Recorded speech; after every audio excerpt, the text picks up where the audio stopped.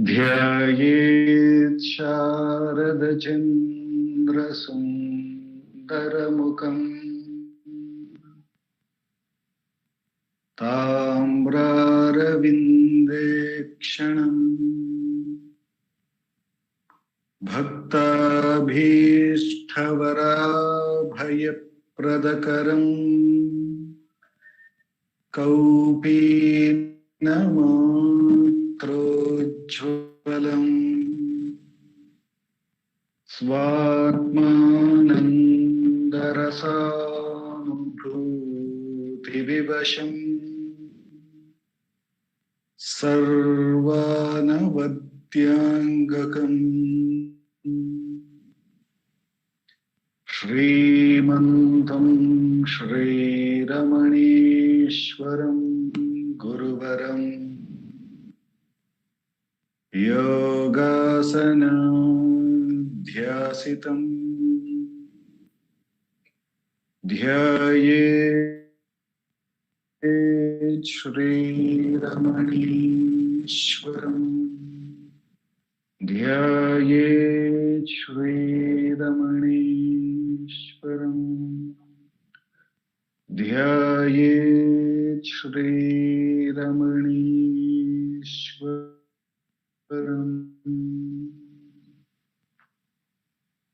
हृदयकुहरमध्ये केवलं ब्रह्ममात्रम् यहमहमिति साक्षातात्मरूपेण भाति हृदि विषमनसा स्वं चिन्वतामच्युताव पवनचलनरोधात् आत्मनिष्ठो भवत्वम्.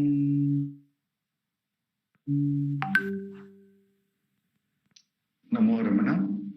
We will commence the Friday Atma Vichara session by listening to Bhagavan's Upadesham. As usual, I'll be reading from the book Ramana Answers, Self-Enquiry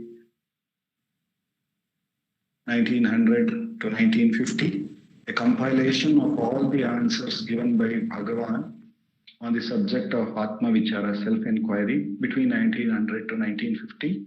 The compilation done by our founder president Sri A.R. Natarajanji, and we have been looking at the question answer sessions from 1936 to 1950. For the last 2-3 weeks we have been contemplating on this particular question which is asked by the devotee, which goes by, how is one to destroy the ego?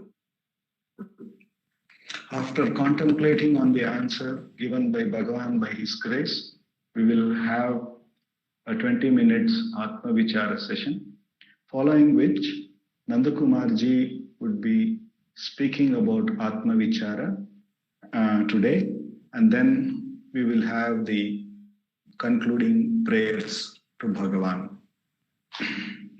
I read out the 19th question. How is one to destroy the ego?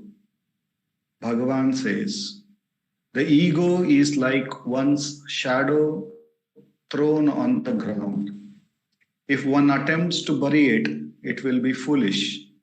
The self is only one. If limited, it is the ego. If unlimited, it is the infinite and is the reality. The bubbles are different from one another and numerous, but the ocean is only one.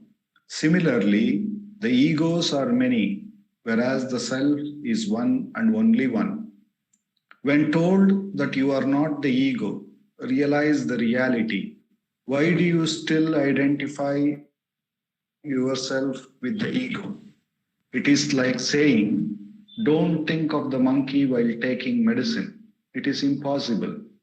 Similarly, when the reality is mentioned, why do you continue to meditate Shivoham or Aham Brahmasmi without tracking and understanding its significance?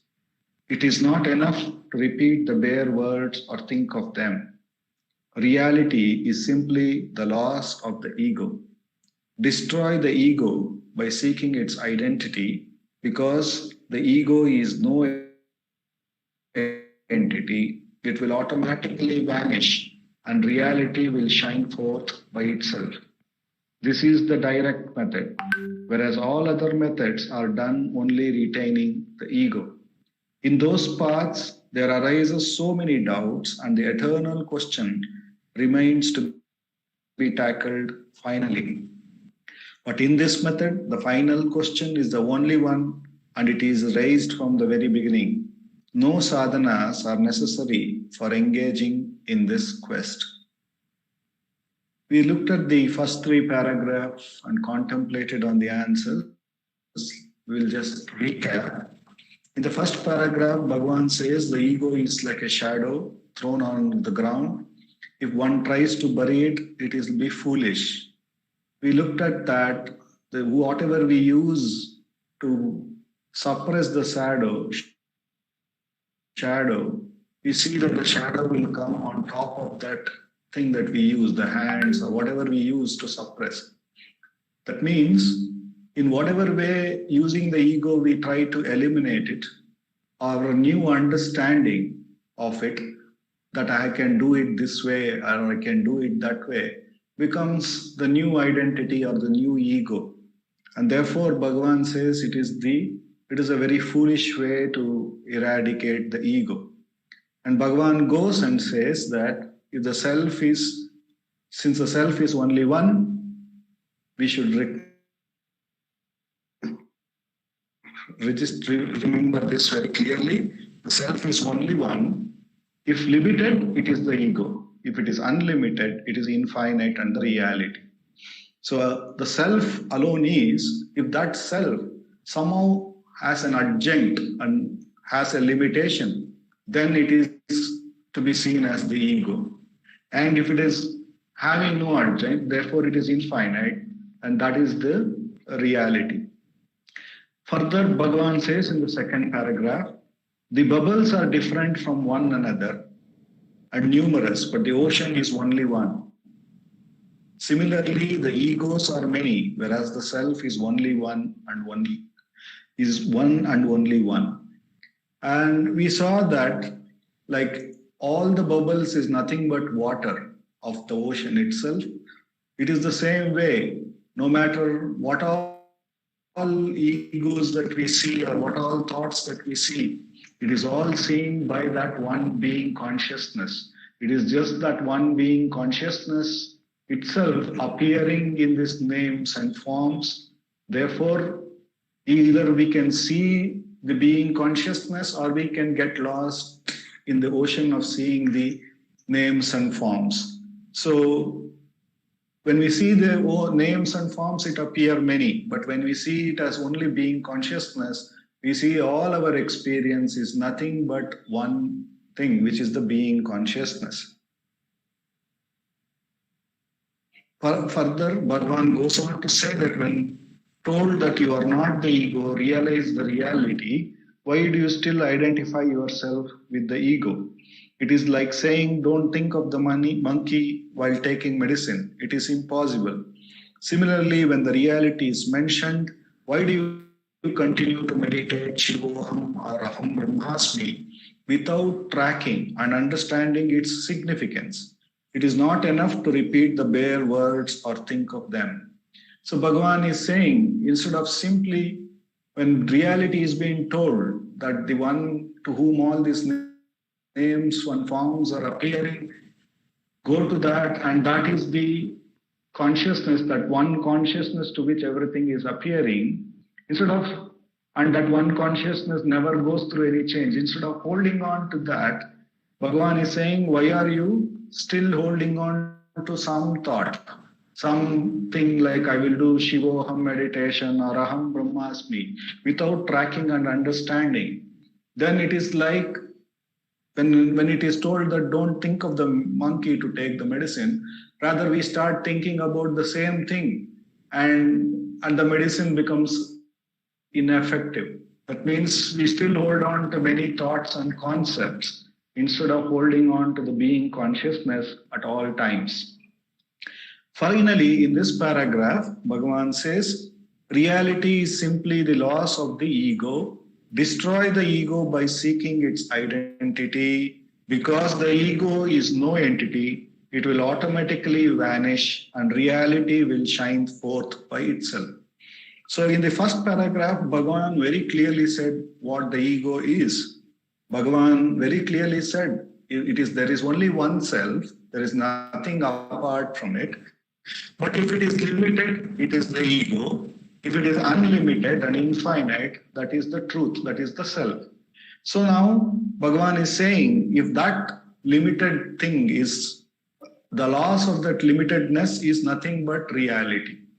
So destroy the egos by seeking its identity, because the ego is no entity, says Bhagavan here. The only way we can understand this perhaps is, if you look at the traditional path, they give the analogy where the space inside the pot is somehow thinking that there is a huge space outside of this pot and I need to become one with it. And it is very idea that it is thinking that it is within the pot and it is separate from the space outside. It has a different identity than that of the space outside. As long as it is thinking that way, or as long as it is holding to that limitation, as Bhagavan puts it, when the self itself is holding on to that limitation, then it continues to have this difference and it will never see. But in reality, the space outside and the space inside is actually nothing but the space itself. So all Bhagavan is saying is the loss of the ego, the loss of this limitation, the loss of this holding on that I am a space within this pot, or I am this entity within this frame. That is the need. That is the real destruction of the ego, says Bhagavan here. And how to destroy it? Is it again an intellectual understanding that is going to destroy? In the first paragraph, Bhagavan says that is like burying the shadow. No matter what way we intellectually think, that becomes our new identity. So Bhagavan is not asking that. He is repeatedly asking us to really track to whom that limitation is. Track it. To whom is this? When I say I, and this I is the thought and I am limited to that, to whom is that? So who am I? So by tracking its identity, by tracking its source, Bhagavan is saying that is the best way to destroy it, because at the source, at the reality, there is absolutely no difference. It is pure and undivided truth. Somehow this identity or limitation has come, which Bhagavan calls here, it is no entity, or we can say that it is an imaginary limitation. That's why it is also termed as Maya and other things, where it is just an imagination, and the light of the self, when it falls on the imagination, and because the imagination appears so real, we feel that that I am a limited entity with this name and form. So the only trick is to turn back and try to understand or try to abide in that truth in whose light all these limitations are appearing. So by inquiring who am I and getting back to the source, that is the direct method, says Bhagavan, whereas all other methods are done only retaining the ego, because it is an understanding that we get, and the understanding is again by this entity. And that entity having that understanding is trying to know or trying to do. And therefore, it is all done by retaining the ego. Only when we trace the source of the ego and transcend that, even that limitation, and go to the unlimited, then only we experience the reality. So Bhagavan says, in those paths, many doubts may come, then many things has to be tackled. But the final question of who to whom all is doubts, who am I, has to be asked. And Bhagavan says that in this path, since we hold on to the enquiry itself, from the very beginning, that is all that it needs to be done, because there is no sadhana. The sadhana is also done by the ego, by the limited entity, because it is thinking it is limited and therefore it wants to know something, do something. Whereas when we transcend that by inquiring to whom is this I and who am I, when we transcend that limitation, then there is no sadhana, also says Bhagavan. And that is why it is called the direct path. With the immense grace of Bhagavan, with which alone we have come to this most direct path, which alone, with its grace, removes the assumed limitation and makes us see that it is there's only one space, there is no division at all. That grace which removes that limitation, which has appeared, or which we call as Ramana Sadguru, has graciously blessed us all with this Atma Vichara. And as long as there is a limitation that is still appearing to us, and it may appear in the form of thoughts, whenever it appears, Bhagavan says, diligently inquire to whom is this, and it becomes clear it is for me. And therefore, inquire who am I and trace its source, get back to its source.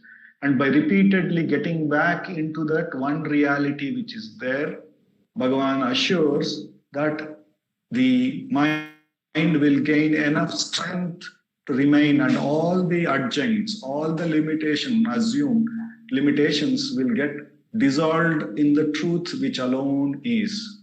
The immense grace of Bhagavan with which we have come to this Atma Vicharam, let us do self-inquiry for the next 20 minutes.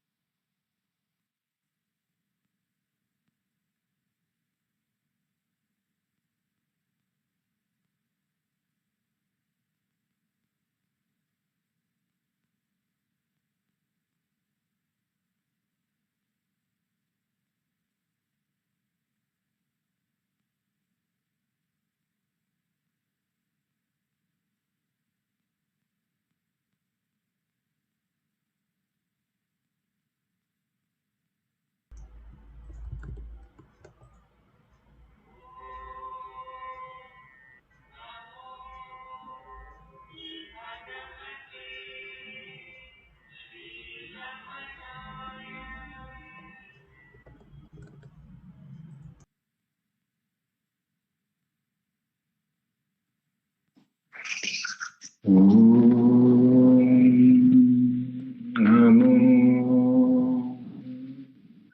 Bhagavate Shri Ramanaya. Namo Ramana. Over to Nandakumarji.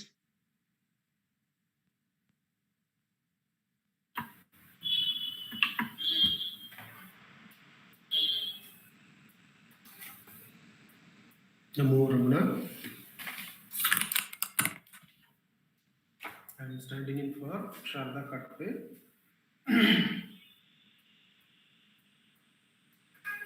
So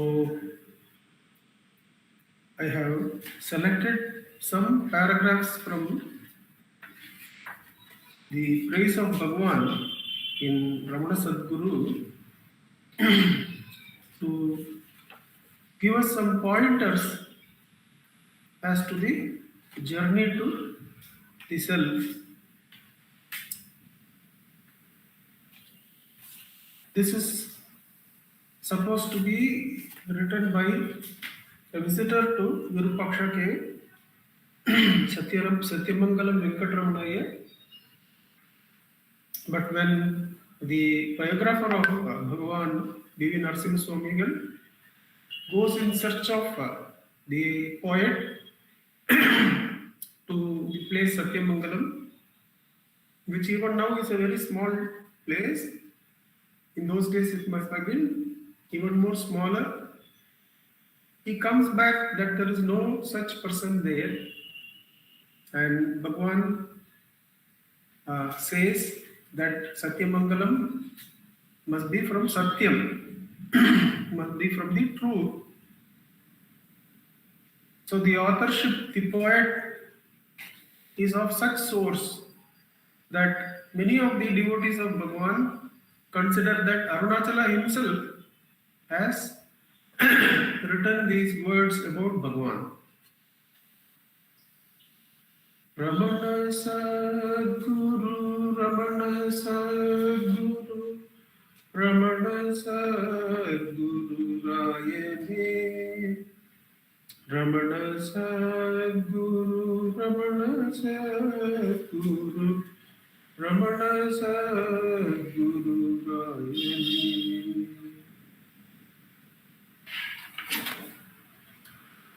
Pindam meviya nadane, biramandam meviya nadanal, kandu nindru kalindulle kame kakshiyai kali kondavan. While describing Ramana Sadguru, the poet says, Pindam meviya nadane, Brahmandam meviya nadanar, Kandu nindru kanindul ekame kakshiya kalikondavan. Who is Ramana?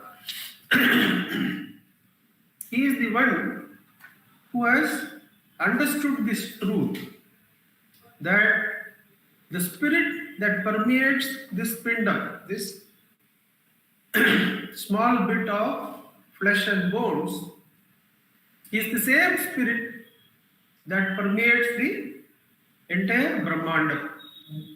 That is some indication as to how self-inquiry makes us feel one with the self of all, the spirit that permeates the entire Brahmanda. All one has to do is to find the spirit that permeates the pindam. Who am I?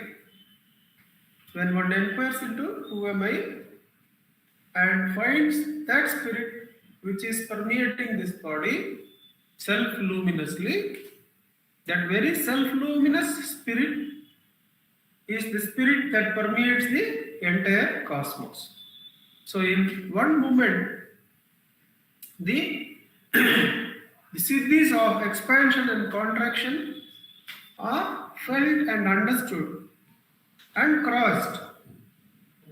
Do those practicing Atma Vicharam want to experience the occupation of the Brahmandam? Obviously not. Both expansion and contraction are not present in the self-luminous self. But how in one single act of abiding in the self, abiding in the self-luminous spirit that is permeating this body, in that very instance, one is permeating everything. It is the simultaneous fulfillment of all desires. It is the simultaneous occupation of everything. Pindam meviya nadane, Brahmandam meviya nadana. That helps us a lot in understanding that we are not the tiny little eye that is trapped in the brain, but we are that self-luminous spirit, the deathless spirit that permeates the body and permeates the entire Brahmandam. Brahmandam meviya nadanai kandu. First of all, to have darshan of that spirit, to feel this Purana, which permeates this body as well as the entire Brahmanda. The I. To experience that Kandu, Nindru, hold that Purana and be still, Bhagavan says in Vichara Sangraham. Then this Purana, the Brahmandam may be a Nadan, will remove your I am the body idea, he says. He will remove the identity with the body, the Jiva Bhava. And Kandu Nindru. To abide in that Purana, Tanind, that makes one completely sweet like a fruit. The entire bliss, this Purana is as sweet as the ripest of fruits. Kanind, mature. And that maturity of spirit, the spirit in touch with spirit, is the fullness of bliss, Anandam. Kandu, Nindru, Kanindu, Ul Ekame. Inside as one. Ekame Kakshiyai Kalikundavan. There is no another to see. In this Eka Kakshi, there is only the self, there is only the I. So, in this paragraph, Bhagavan gives us many pointers as to the journey of Atma Vicharam from Jiva Bhava to Atma Bhava. All one has to do is to find that spirit which permeates this fleshy body. It is the same self-luminous spirit which permeates everything. Pindam meviya nadane, Brahmandam meviya nadanai, Kandu, Nindru, Kanindul Ekame, Kakshiyai Kalikundavan. To Ramana Sadguru, there is only Eka Kakshi. There is only the Atma. When someone says, I want to arrange a train for you so that you can come and visit all the places in India so that many can have darshan, Bhagavan says, what to do? I can't see many places. I can see only one. There is no point in taking me to all the places. Ekakakshi. There is only the self for the jnani to see. There is no non-self. Kakshiyai Kali Kondavan. Another verse which helps us and by giving more than enough points is Chinmaya Taruvil Paluthidu Thinkanitchuvai Agino Tanmaya Purulai Tanithidum Sachidananda Agino. Chinmayam. Chinmayam is the fullness of consciousness. What we see as many names and forms, as Dileep ji was reading, as the jivas appear to be many. like the bubbles on the water. The jivas appear to be many, but the water is one. The ocean is one. Therefore, all this made of consciousness is only consciousness. The names and forms are not real. Only the consciousness, the ocean, is real. Chinmaya Taru. What is this fruit of Bhagavan? What is this kani? That is Bhagavan. He is the fruit that grows in that ocean of consciousness, the tree of consciousness. Chinmaya Taru. It is fullness of consciousness which has taken the form of tree, and instead of giving us bark and leaves and shade, it now brings its essence in the form of a wonderful fruit. Chinmaya Taruvil Paluttidu Theekanichoyagino. It is the most sweetest fruit that one can have. Who is Ramana? Chinmaya Taruvil, in that tree of consciousness. When Bhagavan talks of Arunachala, he quotes from Jnana Sambandhara and says, Jnana Tiral Uru. Who is Arunachala? Arunachala is not that hill made of stones. He is as though a ball is made of pure consciousness, which is radiating grace, and it has been kept there. Jnana Tiral Uru. They have made it like a butter ball, like a ball of consciousness, kept there, and it is radiating grace to all those who come. Like that, like Arunachala is the Jnana Tiral Uru, Ramana is not merely the Chinmaya Taru. No. In that Chinmaya Taru, he is that fruit. He is the sweetest part of that tree, which is the fruit that comes out of the Chinmaya Taru, the tree of consciousness. Palittidu Theekanichuvai Ahinol. Tanmaya Purulai Tanittidu. Now, Chinmaya, Tanmaya. When everything is consciousness, how can it be non-self? How can it be an object? It has got to be the subject. It has got to be the self. When everything is consciousness, how can a perceiver who is more sensitive than the consciousness be present? So, it is the one consciousness which has now got to be called as Tanmayam. Chinmayam, Tanmayam. In Chinmayam, there is this possibility that we will misunderstand it for an object.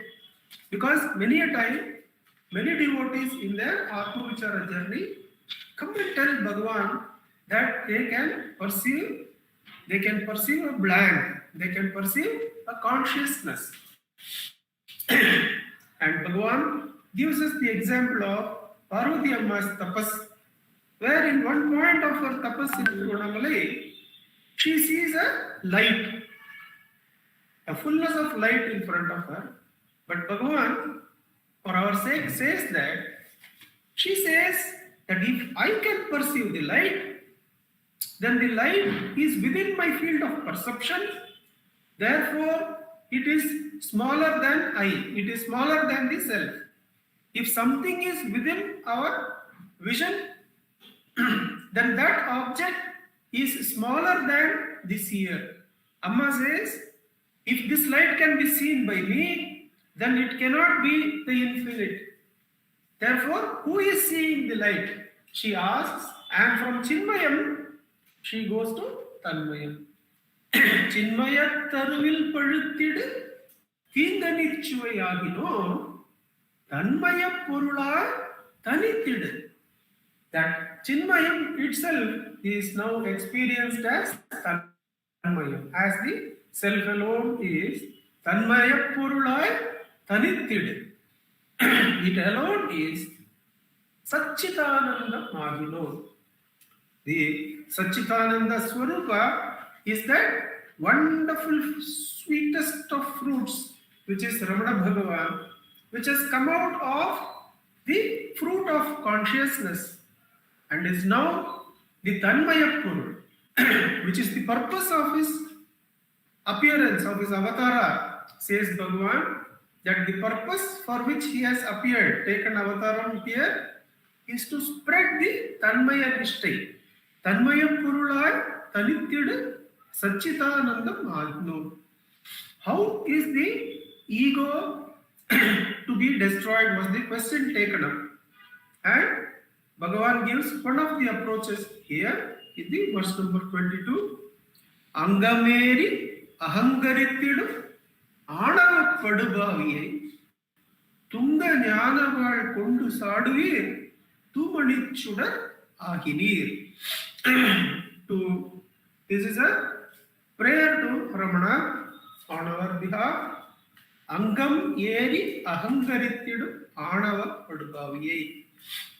Now, the I and the mind is somewhat easy to discover, to detect.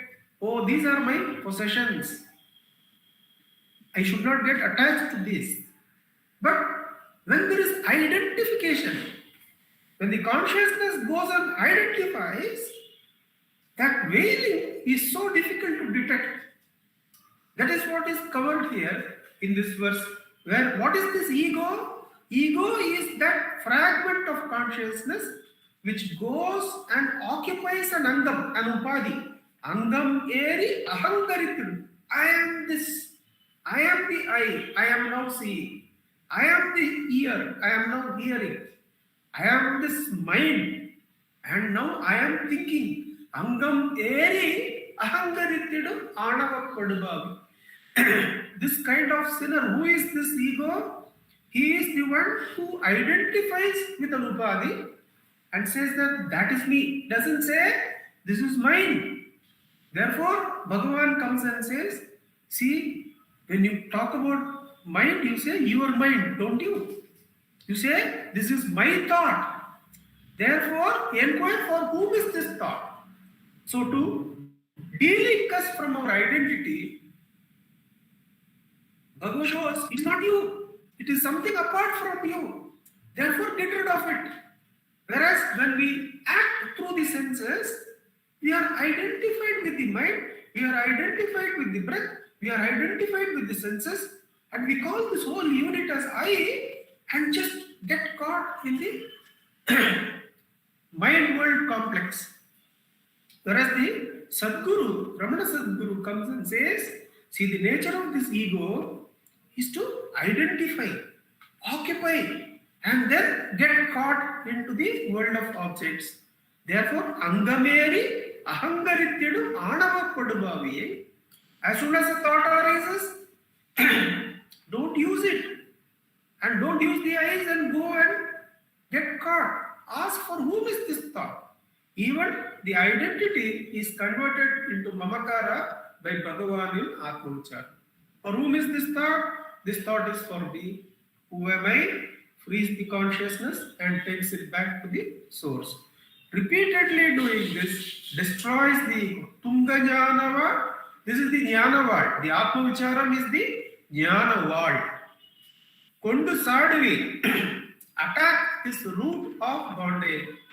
Tumani Chudar Akinir. You are that pure light of consciousness. Into you, let me to merge, O Bhagavan.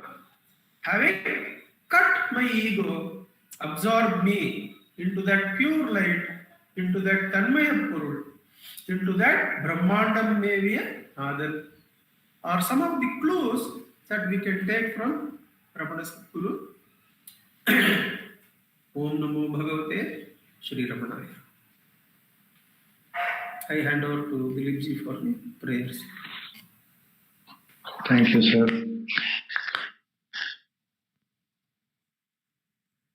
Apara Satchit Sukhavarirashe Yasyormimatram Bhuvanam Samastam Guhahitam Tam Ramanam Gabhiram चिन्ताविहीनं हृदि चिन्तयामि चिन्ताविहीनं हृदि चिन्तयामि